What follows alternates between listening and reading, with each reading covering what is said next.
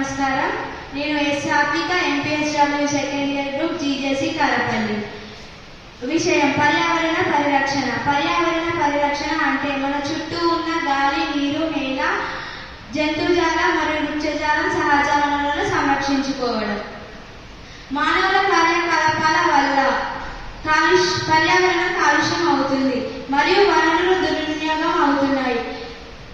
ఇటువంటి సవాళ్లను ఎన్నో ఎదుర్కొంటుంది. మానవుల ఆరోగ్యమైన భవిష్యత్తు కోసం, పర్యావరణాన్ని పరిరక్షించుకోవడం కోసం నీటిని పొదుపు చేసుకోవాలి, చెట్లను ఎక్కువ నాటాలి, ప్లాస్టిక్ వినియోగాన్ని తగ్గించాలి. పర్యావరణాన్ని పరిరక్షించుకోవాలి అంటే మానవులు చేసే కార్యకలాపాల పనుల వల్ల పర్యావరణాన్ని నాశనం చేయకూడదు. పర్యావరణం మనకు సహజంగా లభించే వనరుల వంటిది. ఇది సహజంగా మనకు సహాయం చేసింది, కానీ మానవులందరూ వీటిని నాశనం చేస్తున్నారు. పర్యావరణం మన జీవన ఆధారమైన గాలి, నీరు, నీడని అందిస్తుంది. కాబట్టి మానవుల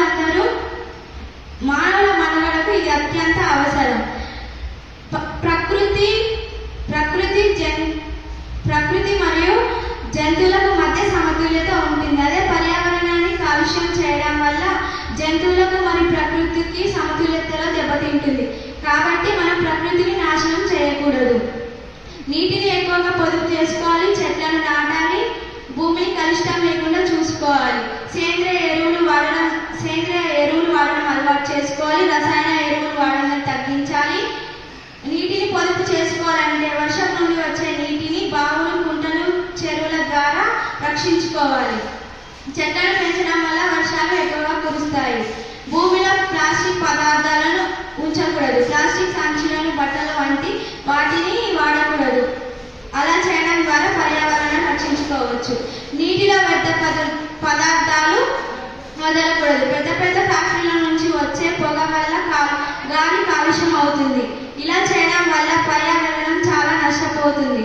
ఇలా చేయకుండా పర్యావరణాన్ని రక్షించుకోవాలి. ఈ అవకాశం ఇచ్చిన ఇస్కాన్ వారికి ధన్యవాదాలు.